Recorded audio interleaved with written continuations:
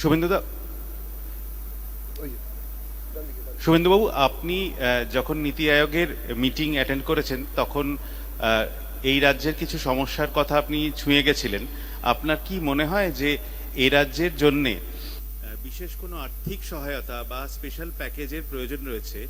আরেকটি প্রশ্ন রয়েছে, সেটা হচ্ছে বাংলাদেশ সংসদ তারা হয়তো আগামী 14ই জুন একটা মোশন আনতে চলেছে বলে তারা জানিয়েছে, যেখানে পুশিন তার বিরোধিতা তারা করবে।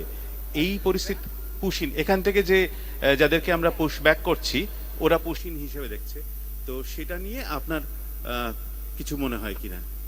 প্রথমটার উত্তর আপনাকে দিয়ে দিই, দ্বিতীয়টার উত্তর আমি দেব না। একটা বহির্দেশের পার্লামেন্টে কোনো বিষয় তারা আনবেন, এটা তো আপনার মুখ থেকে শুনছি। যদি আনে তার জন্য ভারতের পররাষ্ট্র দপ্তর রয়েছে, পররাষ্ট্র নীতি রয়েছে, এবং আর বাংলাদেশ বর্ডারটা তো শুধু পশ্চিমবঙ্গে নয়, 5টা রাজ্যে আছে। এই ব্যাপারে কম্পিটেন্ট অথরিটি হচ্ছে আমাদের external affairs ministry. They will speak if necessary, it's not my subject. আর প্রথমত আপনি যে বিষয়টা রেখেছেন সেটা হলো স্পেশাল প্যাকেজ। স্পেশাল প্যাকেজের মানেটা কি আমি জানি না, কিন্তু ভারত সরকারের যে সমস্ত উন্নয়নমূলক স্কিম প্রত্যেকটা দপ্তরে, তার বিরোধিতা করা, অংশগ্রহণ না করা এবং পশ্চিমবাংলার 11 কোটি জনগণকে তার সুযোগ এবং সুবিধা না পাইয়ে দেওয়ার কাজটা বিগত সরকার করে গেছেন। আর আপনি যদি বলেন জনকল্যাণে মাননীয় প্রধানমন্ত্রী যুক্তরাষ্ট্রীয় কাঠামোতে তার ভূমিকা কি ছিল, তাহলে ইউপিএ 1 এবং ইউপিএ 2, যে ইউপিএ 2তে মাননীয় প্রাক্তন মুখ্যমন্ত্রী তিনি নিজেও 3 বছর মন্ত্রী ছিলেন, তার দল সেখানে যুক্ত ছিল। তাহলে যদি দেখেন যে 4 থেকে 14 2,65,000 কোটি টাকা ইউপিএ 1 এবং ইউপিএ 2 দিয়েছে পশ্চিমবঙ্গ সরকারকে। এখানে বিজেপি সরকার না থাকা সত্ত্বেও মাননীয় প্রধানমন্ত্রী নরেন্দ্র মোদী 2014 থেকে 2025-এর 31 মার্চ পর্যন্ত পশ্চিমবঙ্গে 12 লক্ষ কোটি টাকা দিয়েছেন। এবারে আপনি যদি একটার পর একটা তথ্য চান স্কিম ওয়াইজ, তারও রেডি রেফারেন্স আমার কাছে আছে। একটা উদাহরণ শুধু দেব,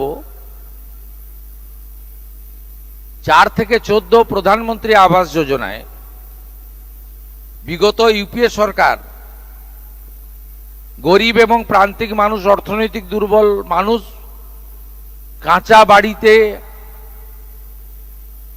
থাকা মানুষ, বিপজ্জনক ঝুঁকি নিয়ে পরিবারকে রাখা মানুষজন, যেখানে মাত্র 4,666 কোটি টাকা পেয়েছিলেন, সেখানে 4 থেকে 23 পর্যন্ত মাননীয় মোদীজির নেতৃত্বে ভারত সরকার 40 লক্ষ ইউনিট প্রধানমন্ত্রী আবাস যোজনার বাড়ি 30,000 কোটি টাকা দিয়েছেন।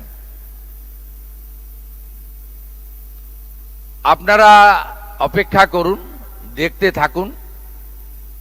ডবল ইঞ্জিনের স্বাদ আপনারা ইতিমধ্যে পাচ্ছেন, মাত্র 1 মাস কয়েকটা দিন। এই অর্থবর্ষে, যা 31 মার্চ 2027-এ শেষ হবে, তারপরে আপনি নিজেই ডবল ইঞ্জিনের প্রচারক হয়ে যাবেন, আমাদের আর প্রচার করার দরকার হবে না। এক্ষেত্রেও আপনি যদি কয়েকটা উদাহরণ আমার কাছে চান, উদাহরণ 1 কোটি 43 লক্ষ পরিবারকে আয়ুষ্মান ভারতে যুক্ত করা। উদাহরণ 2, প্রধানমন্ত্রী সূর্যঘর কর্মসূচি রাজ্যে চালু করা। উদাহরণ 3, জল জীবন মিশনে 27,000 কোটি তো লুট করে নিয়েছেন ভারত সরকারের। যে কোনো একটা গ্রামে যাবেন, আমি তো বিভিন্ন জেলাতে, বিভিন্ন 2-3টি জেলাকে নিয়ে নিয়ে প্রশাসনিক সভা করছি, সেখানে আমাদের ওরা ডাকতো না, আমরা ওদের ডাকছি। ওদেরকে জিজ্ঞেস করছি, ওদেরই এমএলএ এমপিরা বলছেন নল গেছে কিন্তু জল যায়নি। আমরা 39,000 কোটি টাকার এগ্রিমেন্ট করেছি। আগামী অর্থবর্ষে।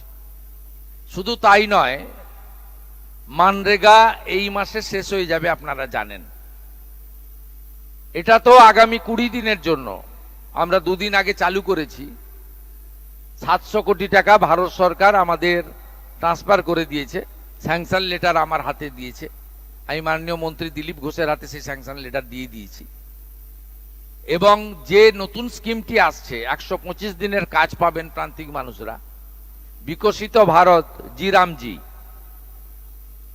এটাতে আগামী অর্থবর্ষে, অর্থাৎ এই অর্থবর্ষের কয়েক মাস, পরের অর্থবর্ষের 3 মাস, অর্থাৎ 2026 এবং 27, ভারত সরকার 8,500 কোটি টাকা পশ্চিমবঙ্গের জন্য বরাদ্দ করেছেন। তাই কেন্দ্র রাজ্য যৌথভাবে পশ্চিমবঙ্গকে দাঁড় করাবে এবং একটা রূপরেখা, যদিও এটা পূর্ণাঙ্গ বাজেট নয়, 22 তারিখে আপনারা বুঝতে পারবেন যে এই সরকার অর্থনীতিকে সামলে নিয়ে পশ্চিমবঙ্গকে একটি ভালো জায়গায় নিয়ে যেতে চাইছে, যা আগামী দিনে অর্থনৈতিক স্বনির্ভর এবং আত্মনির্ভর পশ্চিমবাংলা তৈরি হবে। মাননীয় মোদিজির ভোকাল ফর লোকাল এবং নির্ভরশীলতা নয়, আত্মনির্ভরতা, সেই মন্ত্রেই পশ্চিমবাংলার ডবল ইঞ্জিন বিজেপি সরকার এগিয়ে যাবে। এএনআই উজ্জ্বল মাইক্রোফোন দিচ্ছে। दादा गुड मॉर्निंग। जिस तरह से आपने 12 साल जो उपलब्धियां हैं सरकार की उसके बारे में आपने बताया है, आपकी सरकार को भी लगभग 1 महीना का लगभग हो चुका है। लगातार जिस तरह की आपने जो काम को अभी देखा जा रहा है, जो इम्प्लीमेंट्स कर रहे हैं या मीटिंग्स कर रहे हैं, तो कोऑर्डिनेशन की बात कर रहे थे पहले डबल इंजन सरकार की, तो एक बड़ा गैप जो अभी आप केंद्र सरकार और राज्य सरकार में देखा गया था इससे पहले सरकार में, तो कितना बड़ा चैलेंज अभी तक आपको लग रहा है और किस तरह से आगे और प्लान कर रहे हैं? क्योंकि डबल इंजन की सरकार का जो एक मोटिवेशन है, चाहे मैनिफेस्टो में आप लोगों ने बात किया था, बॉर्डर्स इशू है, बॉर्डर्स का आपने जमीन दिया है, तो अभी तक और क्या क्या आगे है और किस तरह से इसको प्लान आउट कर रहे हैं? और थोड़ा हिंदी में भी 12 साल वाला थोड़ा बता दें प्लीज। देखिए, आज का ये प्रेस कॉन्फ्रेंस पूरा देश में हो रहा है, नेशनल लेवल में हो गया और देश में हर